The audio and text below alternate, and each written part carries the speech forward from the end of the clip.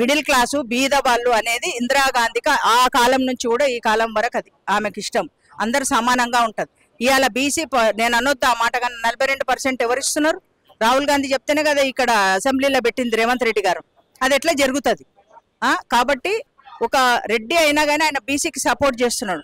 BC బిడ్డలు మేము అవి చూస్తాం కానీ పార్టీ కులము అది చూడం. మేము ఎవరు యాక్టివ్ ఉన్నారు, ఎవరు పని చేస్తారు కాంగ్రెస్ ప్రభుత్వానికి వచ్చి పథకాలు అంటున్నారయ్యా.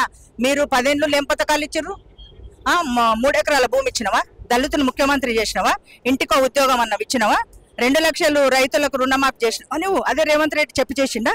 మరి అది ఎందుకో లెక్కలు వేయరు, సన్నబియ్యం లెక్కలు లేరు, రేషన్ కార్డు లెక్కలు లేరు. పథకాలు బంగారం స్కూటర్లు ఇస్తాడు. మీరు గల్ల కాలు చేసింది ఆయనకు తెలియదు కదా, ఇప్పుడు తెలుసుకున్నాడు. అందుకే నెలకింత ఏడాదికింత అన్ని చేసి ఇంకా 3 ఏళ్ళు ఉంది. 3 ఏళ్ళు కానే లేదు. ఇప్పటి వరకు ఏ స్థాయిలో పథకాలు అమలు అయినా అంటారు? ఎందుకు కాలే? రేషన్ కార్డులు అయిపోయినాయి, సన్నబియ్యం అయిపోయినాయి, గ్యాస్ సిలిండర్లు వచ్చినాయి కొంతమందికి. ఊళ్ళల్లో 1 కోటి మంది మహిళలకు అని కోటీశ్వర్లు చేయాలని అంగన్వాడీలకు వాళ్ళకి ఎన్ని చేస్తలేడు. ఇంకా చాలా ఉన్నాయి. చిన్న విషయం బతుకమ్మ చీరల మీద పెద్ద ఇష్యూ చేస్తున్నారు. ఏం చీరలు కట్టుకోకపోతే తెలంగాణ ప్రజలు చీరలు లేకుండా ఉన్నారా? ఇచ్చిన కొంగులం కట్టుకునే చీరలు గవియాలి నా నీకు. ఆయన అట్లా ఇయ్యాడు, నాణ్యతతో ఇస్తాడు, అందరికి ఇస్తాడు. ఇంకా 3 ఏళ్ళు ఉంది. 3 ఏళ్లలో ఈ పథకాలు అమలు చేయకపోతే అప్పుడు రేవంత్ రెడ్డిని మీరు అడగొచ్చు. ఈ చీరల విషయం వచ్చింది కాబట్టి గతంలో వాళ్ళు ఇచ్చిర్రు. సో అవి నాణ్యత ఉన్నాయా లేదని పక్కన పెడితే రేవంత్ రెడ్డి గారు 2 సార్లు అంటే అమౌంట్ అన్న ఇస్తా లేకపోతే చీరలను ఇస్తా అని చెప్పడం జరిగింది. మొన్న మహిళా సంఘాల వాళ్ళు కూడా ఆ చీరలు వంచలేదు.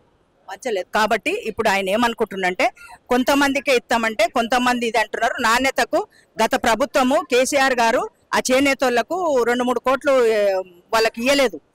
వాళ్ళు ఇప్పుడు ఈయన 65 లక్షలు అనుకున్నాడు. ఇంకా చాలా మంది ఉన్నారు. కాబట్టి ఆయన ఏమంటున్నాడు, ఇప్పుడు ఇందిరాగాంధీ గారి వర్ధంతి వస్తుంది కదా, దానికన్నా ఇస్తాడు, సోనియా గాంధీ బర్త్డే కన్నా ఇస్తాడు, దేనికన్నా అంత రెడీ అయిస్తాడు. ఎలక్షన్లు అయిపోయింది, కోడ్ వచ్చింది, ఇవన్నీ అయిపోయినాక అన్ని ఇస్తారు రేవంత్ రెడ్డి గారు మహిళలకు. బీసీల రిజర్వేషన్ గురించి ఏం చెప్తారు? నిజంగా అమలు కాబోతుందా? దాని గురించి కాంగ్రెస్ పార్టీ ఎలాంటి స్టెప్ తీసుకోబోతుంది? కాంగ్రెస్ పార్టీ కదండి ఎవరన్నా తీసుకున్నా. ఒక మాట బాబు, గత ప్రభుత్వము 33% కేసీఆర్ గారు 23% తీసిండ్రు. అప్పుడు బీసీలు అప్పుడు చెప్పకుండా కూర్చున్నారు. ఇప్పుడు ఇదే రాహుల్ గాంధీ గారు 42% ఇవ్వాలని ఎల్లబెట్టినాక రేవంత్ రెడ్డి గారు అసెంబ్లీలో పెట్టినాక అది అమలు అవుతుంది కదా.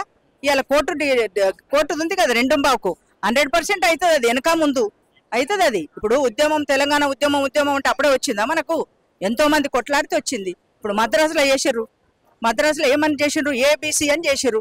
అలాగే ఇక్కడ కూడా చేయాలంటారేమో చేస్తారు, కానీ అవుతుంది. ఇప్పుడు కాకుండా ఇంకా రేపైనా ఈ 42% అయిపోతుంది. రేవంత్ రెడ్డి గారు ఆయన ఒక రెడ్డి అయినా కానీ ఆయన ఇంట్రెస్ట్ కూడా బీసీల మీద ఉంది. ఆ కాంగ్రెస్ ప్రభుత్వం అటువంటివే ఆలోచిస్తుంది. బీసీల సపోర్ట్ దాదాపుగా ఏ పార్టీ వైపు ఉందంటారు? అటు బీఆర్ఎస్ కుందా, ఇటు కాంగ్రెస్ కుందంటారు? కాంగ్రెస్కే ఉంది. 42% మేమే చేస్తున్నాం కదా. మరి గత ప్రభుత్వం 10 ఏళ్ళలో చేసిందా? తగ్గించిండు కానీ ఎక్కించిండా? అసలు అది జోలే తీయలే ఆయన రిజర్వేషన్లది. ఎందుకంటే ఇప్పుడు కులగణన చేస్తే బీసీలు ఎక్కువ ఉన్నారు, ఇవ్వవలసిందే, తప్పులేదు. అంతే, రాజ్యాంగం మారుతుంటది, మనం మారాలి మరి అంతే. ఒకవేళ కోర్టు దీనికి వ్యతిరేకంగా తీర్పిచ్చినట్లయితే తర్వాత స్టెప్ ఏంటి కాంగ్రెస్? తర్వాత స్టెప్ ఏముంటది? ఇవాళ కాకపోతే రేపు అవుతుంది. అప్పుడు ఏంటంటే మద్రాసులో ఎవరో ఆదర్శంగా తీసుకుంటారు. మీరు కూడా ఆ విధంగా చేయండి. ఇంత తొందర అంటే కాదు. ఎలక్షన్లకు పోండి, ఫస్ట్ నామినేషన్లు అవన్నీ వేసుకోండి. అవి అయితే క్యాన్సిల్ కావు, అది బుక్ అయిపోయినాయి. కాబట్టి ఇవన్నీ అయిపోయినాక మళ్ళీ సుప్రీంకోర్టు ఏం చెప్తుందో దాని నుంచి ముందుకెళ్తారు. 42% అయిన తర్వాతనే ఎలక్షన్కి వెళ్తామని చెప్పి గతంలో కాంగ్రెస్ పార్టీ చెప్పింది.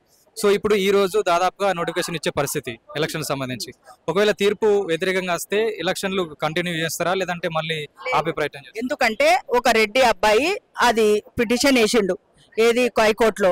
సుప్రీంకోర్టు ఏమన్నది? అక్కడ వేసిండు కదా, అక్కడ ఏం జరుగుతుందో చూద్దాం, తర్వాత ఇక్కడ చేద్దాము, ముందు అక్కడ చూసుకోపోండి అన్నది. అందుకు అది పెండింగ్ పడ్డది. ఇక అది పెండింగ్ పెట్టిండ్రని ఇది పెండింగ్ పెడితే ఎట్లా? కాబట్టి ఇవి అయ్యేటివి కానీ అనగానే ఏది కాదు. కాబట్టి ఇది అయ్యేది ఇది అయితేనే ఉంటుంది. ఎలక్షన్లు అయినాక కూడా ఒకసారి ఆ ఛాన్స్ వచ్చిందంటే, ఇప్పుడు ఉద్యమం వచ్చినాక తెలంగాణ ఆగిందా? ఇది కూడా అంతే. తప్పకుండా కాంగ్రెస్ ప్రభుత్వం హయాంలో 42%, 50% మొత్తం వచ్చేస్తాయి. ఇప్పుడు రేవంత్ రెడ్డి గారు మామూలుగా రెడ్డి సామాజిక వర్గమే కాబట్టి బీసీలకు మంచి చేద్దామనే ఆలోచన ఉంది కాబట్టి రెడ్డి సామాజిక వర్గం వాళ్ళని కూర్చోబెట్టి సో ఆ కేసు విత్డ్రా చేసుకునే విధంగా ఎందుకు ఆ దిశగా చర్యలు తీసుకోలేకపోతున్నాడు? కేసు అంటే బాబు, ఇప్పుడు నేనున్నా, నా ఇష్టం, అది నా సొంతం. అది నువ్వు చెప్తే నేను వినను, సీఎం చెప్తే నేను వినను. నేనంటే నీ పార్టీలు ఉంటే నువ్వు చెప్తే నేను పార్టీ కోసం వింటానేమో, వేరే రెడ్డి వాడు ఎందుకు వింటాడయ్యా? ఒక్క రెడ్డి వింటే అందరు రెడ్లు అట్లా అనుకోరు కదా. ఒక ముఖ్యమంత్రి ఆయన బాధ్యత ఆయన తీరుస్తున్నాడు, కానీ ఆయన మీరు వేయండి నేను ఈడంగా చెప్తుంటే మీరు ఆడంగా చేయండి అని అంటున్నాడు. ఆయన వేసినప్పుడు వ్యతిరేకం వస్తుంది, ఎవరికైనా వస్తుంది. నేను చెప్పినా కానీ వ్యతిరేకమే వస్తుంది. కాబట్టి దానికి దీనికి సంబంధం లేదు. కోర్టులు అనేది ఎందుకున్నాయి? నువ్వు చెప్తే నేను చెప్తే నీకునే న్యాయస్థానం న్యాయం చూస్తుంది, అది కంపల్సరీ అయిపోతుంది. బీసీ 42 రిజర్వేషన్ వల్ల మాధవ్ రెడ్డి కానీ రెడ్డి సామాజిక వర్గాల కానీ వచ్చినటువంటి నష్టం ఏంటి? ఎందుకు అలా పిటిషన్ వేయవలసి వచ్చిందంటారు? క్వశ్చన్ అంటే మా దాంట్లో కూడా బీదవాళ్ళు ఉన్నారు. మా దాంట్లో ఇప్పుడు మీరు కూడా ఎదిగినారు, బీసీలలో కూడా కోటీశ్వర్లు ఉన్నారు. మా రెడ్డి సమాజం అగ్రకులం అని మా దాంట్లో కూడా బీద వాళ్ళు గతి లేని వాళ్ళు ఉన్నారు. మమ్మల్ని ఎందుకు గుర్తిస్తలేరు? మీకే రిజర్వేషన్లు, మీకే అమెరికాలు పోతే లోన్లు ఫ్రీ, అన్ని ఫ్రీ అనేది వాళ్ళకు ఒక కక్ష. మమ్మల్ని కూడా చూసుకోండి అని ప్రభుత్వం మమ్మల్ని కూడా చూసుకుంటే మాకు కూడా ఏదైనా కార్పొరేషన్ ఏదో మేము కూడా బీదోళ్ళు ఉన్నాం, మా దాంట్లో కూడా గుర్తిస్తే మేమేమనము అంటున్నారు. వాళ్ళు మమ్మల్ని పక్కకి ఎడుతున్నాడు. ఒక రెడ్డి ఆయన ఉండి కూడా బీసీ అంటున్నా అనేది ఆ కక్ష మీద వేసుకున్నారు తప్పితే వేరే బీసీల మీద కోపంతో కాదు అది. సో మీ అభిప్రాయం ఏంటంటారు? 40% నిజంగా అమలు అవుతుంది అంటారా? అవుతుంది. ఎందుకంటే ఒకసారి మనము అసెంబ్లీలో పెట్టినాక అది ఎప్పుడు మనసులో ఉండిపోతుంది. ఇలా ఉద్యమము అన్నట్టు తెలంగాణ ఉద్యమము అది, ఇది కూడా మన ఏమైంది, ఎవరో ఒకరు గో బ్యాక్ మార్వడి అన్నారు, అది పెద్దగా అవుతుండే, కానీ అది ఎందుకో అది చల్లారిపోయింది.